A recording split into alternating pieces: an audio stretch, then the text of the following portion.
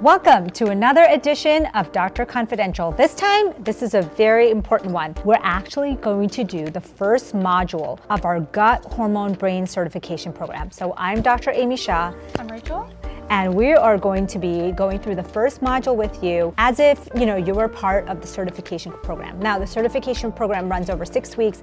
It's asynchronous, meaning you can do all 6 weeks at once, or you can do it weekly, the way we're gonna send it out. And at the end, you have homeworks and testing to make sure that you are certified. And so what we're gonna do today is we're gonna use a question and answer format. So Rachel over here, she's our resident gut health specialist. She's going to be asking questions. She's been through this training. She kind of knows. So she's going to ask me questions and we're going to go through it. So welcome. Why, gut hormone brain connection is the crux of all of our, basically all of our issues, but so many of the issues of inflammation, disease, energy, hormones, all of it. So let's get into it. Okay, so let's say I'm gonna start the program. I know absolutely nothing about the gut-brain hormone connection. What's something that you would tell someone, or what's like one thing that someone should know before they start? Okay, so we often think of hormones and gut and the brain as all separate.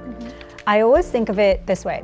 When we're growing, we basically are a group of cells, and the cells of the brain and the cells of the gut are actually connected. And then they separate as you develop, and they continue to be connected. And what we didn't realize until very recently is that this connection is very, very strong, even stronger than we thought. There's like communication from the brain to the gut and the gut to the brain all day long. And so all of the decisions of, are we hungry? Are we craving something? Are we happy? Are we sad? Are we determined? All of those come from decisions from these communications back and forth. So if you're trying to improve the way you look, the way you feel, your disease status, your mood, you're going to have to care about that gut-brain connection. And if you're someone who's going through menopause, if you're pregnant, if you're going through life changes, that gut-brain connection even becomes more important. It's actually a pretty optimistic thing because, you might be improving or focusing on improving one thing, but you could be improving so many other things at the same time since it is all connected. Yeah, in medicine, we always talk about these different categories. Like you could be specialists in the immune system, like I am, and you could be a specialist in gastroenterology, you could be a specialist in hormones, but there's really no specialty that's connecting everything together. And I really think that the way it's connected is through nutrition, and through what you eat impacts how you feel, that gut microbiome, and then that affects your brain as well. Okay, so knowing all that, what is the one thing you see people most commonly doing that might be like making their gut-brain connection worse, or kind of being an issue with that and causing problems? Yeah, there's two real issues, but I would say the number one issue is our junk food diet. All the processed. It's just ultra processed. So processed is like, obviously, if you're going to buy something at the store, most likely it's processed, because if it's coming in any kind of packaging, it's has to go through some processing. That's not as concerning as this ultra processing. Ultra processed means it has ingredients that don't even count as food. So things you can't pronounce. Yeah, these chemicals and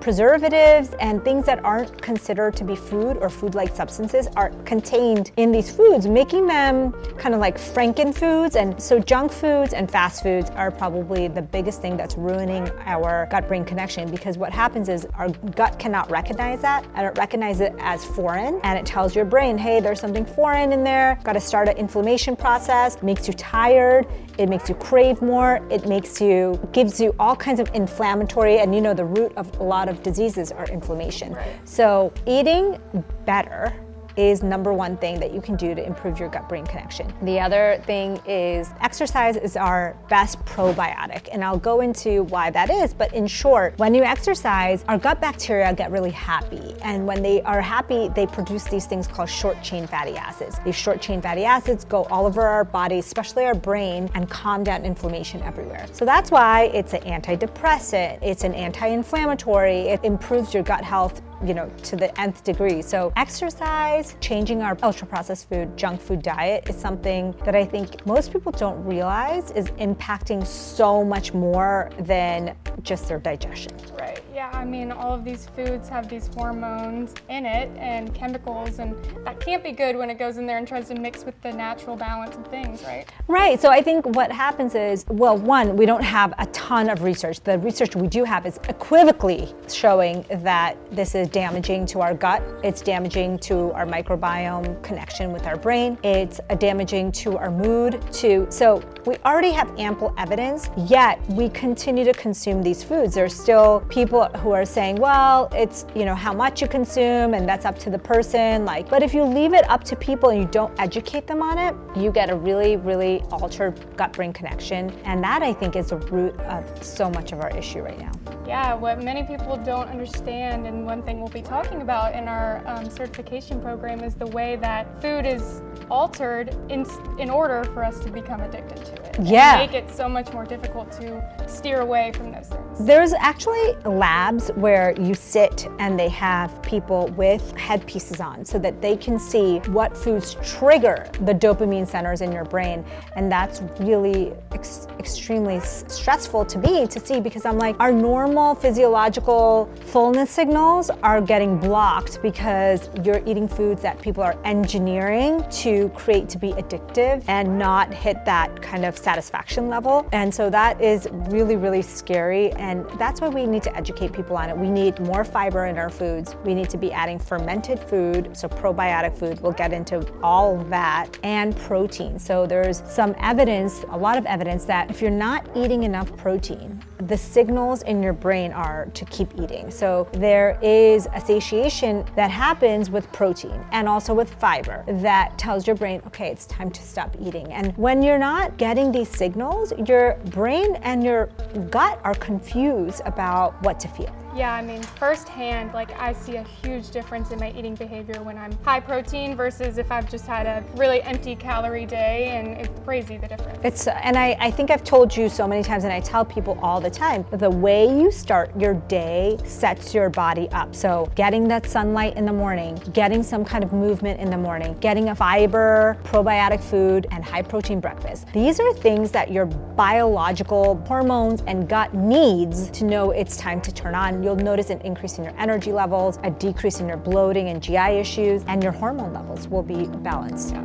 Okay, so next question. This is actually a relatively simple question, but when I first started learning about the gut-brain hormone connection, I didn't know the answer to this. So, what is the gut? Yes. What is the gut? What parts of our That's a anatomy great is the gut, question. and what does it do? Such a great question. I think that people just think about the gut as the stomach. Mm-hmm. That's exactly what I thought. And the gut is not just the stomach. When we're talking about the gut-brain connection, we're talking about this tube that goes from your mouth and actually extends into your throat, and then into your stomach, and then into your small intestine, your large intestine, and then out through your rectum. It is like the largest tube in your body. And it actually, if you think about it, from end to end, you could pass a scope. Like when you go to a gastroenterologist, they can pass a scope from the mouth all the way down through your entire gastrointestinal tract. And there's microbes that live in your mouth, in the esophagus, in the stomach. There's microbes that are all over that gastrointestinal tract. So it's not just the stomach, it's not just the intestine, it's the entire thing.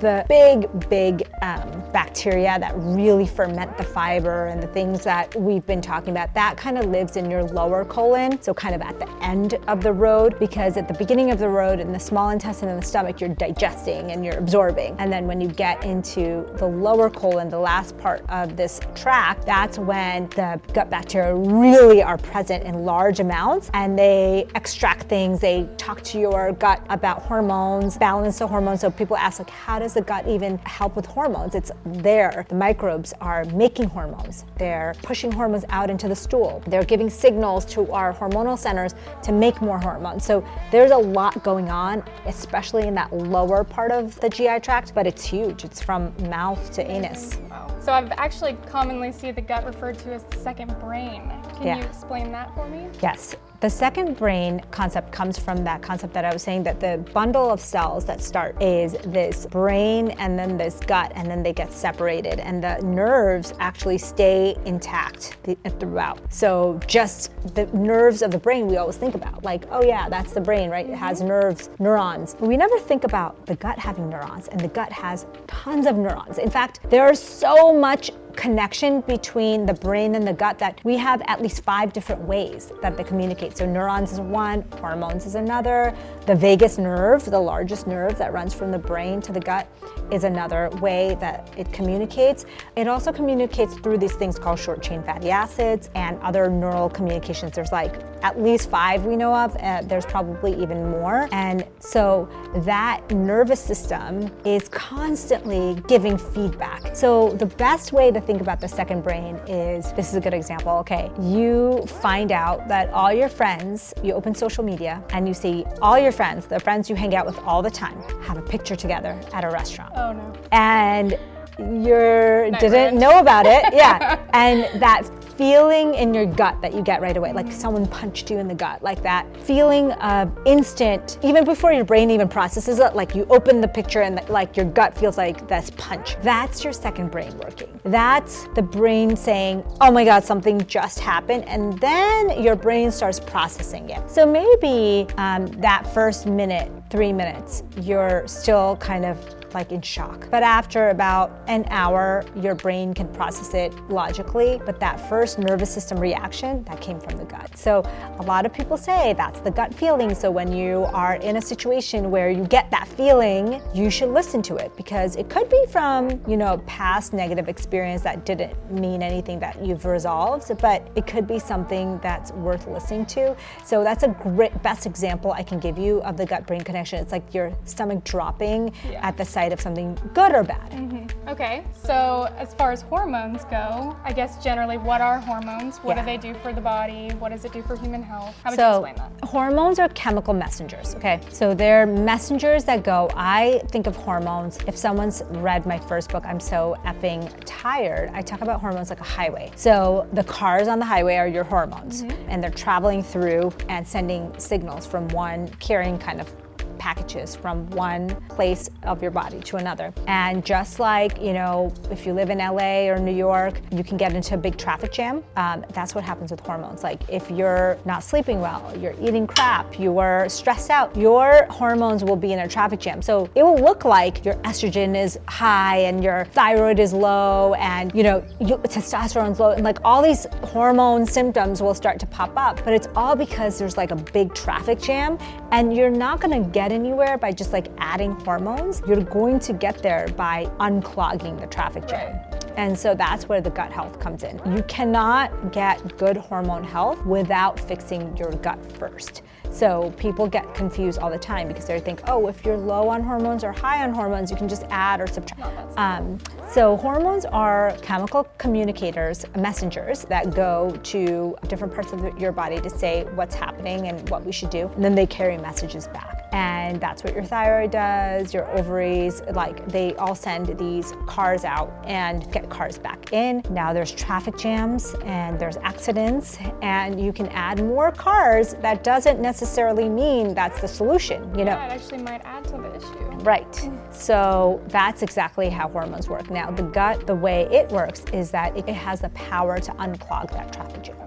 So your gut bacteria will take out excess bad estrogen out. It will take out excess bad thyroid out. It will actually can produce hormones, and it can send signals to your hormonal centers, ovaries and thyroids, to make more hormones. So it's crucial in keeping this system running. And so when people fix their gut, they often notice their hormone symptoms get better. It's not just their digestion, but so much gets better. Their cortisol is more balanced. Like you'll see the gut health piece really, really fixes the hormone piece. Yeah, and bringing the gut the brain into there, that's when you see better cognition, right? Yes, energy. Mental. Yeah, mood. being able to process things. Like I always tell my son who's in high school that if he wants to grow, like growth hormone, which is something that we still want as adults, but you need proper sleep and you need proper nutrition. That gut health piece becomes very important. And so, having kids and teens really having more protein and fermented food and fiber can be really beneficial in the way they're testing, their mood, their ability to function in sports, all of it. So one thing that you and I have been talking about a lot recently is midlife changes. So this seems like it would be really important for a woman who's going through those menopausal changes or just different hormone transitions. Yeah, so there's been a lot of interest in menopause lately, and which is great because we didn't talk about it enough for years, and there's not enough research for years. It wasn't until the 80s that they even mandated that women be in research trials, which is shocking. So menopausal transition is basically what happens is in your 30s and mostly in your 40s, you're getting closer to the time where your ovaries kind of stop working, stop producing hormones. And when that's happening, it's almost like the end of the toothpaste where you're rolling the toothpaste and you get a good squirt one time, the next time it's like a splatter, and then one time there's nothing. And that's what's happening with your cycles. And so you'll get a burst of hormones for 1 month and you'll feel great. The next month, you'll feel so off because it just came out as a splatter. Another month, you'll feel awful because your hormones are non-existent. And then you can even have high hormones for 1 month. So it's like this fluctuating pattern and you don't know what you're gonna get. And what the microbiome does, the gut bacteria that are present in your GI tract, they will try to balance things. So they'll try to get rid of that bad estrogen. So we know that women who are at risk for breast cancer or women who have a lot of estrogen issues, they'll do much better when they eat high fiber diets, improve their gut health. So our goal during this menopausal transition, what we call perimenopause, is just to help women kind of balance the big ups and downs by improving their gut health, because the more you can get your gut bacteria involved in this, the more they'll help you kind of keep things even. And if you decide to take hormones, you decide to do any kind of therapies, it works better when your gut bacteria are working with you.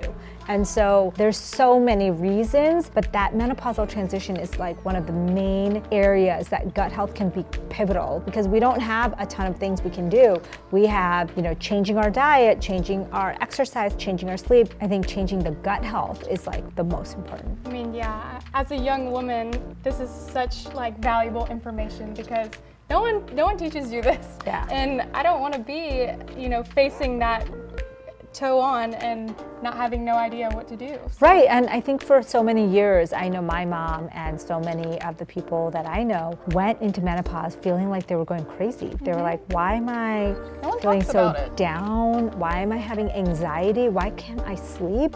Why am I gaining weight even though I'm doing all the same things I usually do? And so it's really frustrating not to talk about it and not to be prepared. So if you're someone who's in your 20s, then eating fiber, high protein diet and probiotics and doing the exercise is going to help you anyways in everything you're doing, and it's going to help you get to this point in your life where you're going to come into perimenopause super armed, because you're going to be like, well, I already do this stuff. It's really, my body is ready and prepared. And so that's really what the goal is. So I know we're going to go super in depth in the certification program about, how to and why and what and all of the minor details, but step one, what would you say is step one for everyone who wants to know?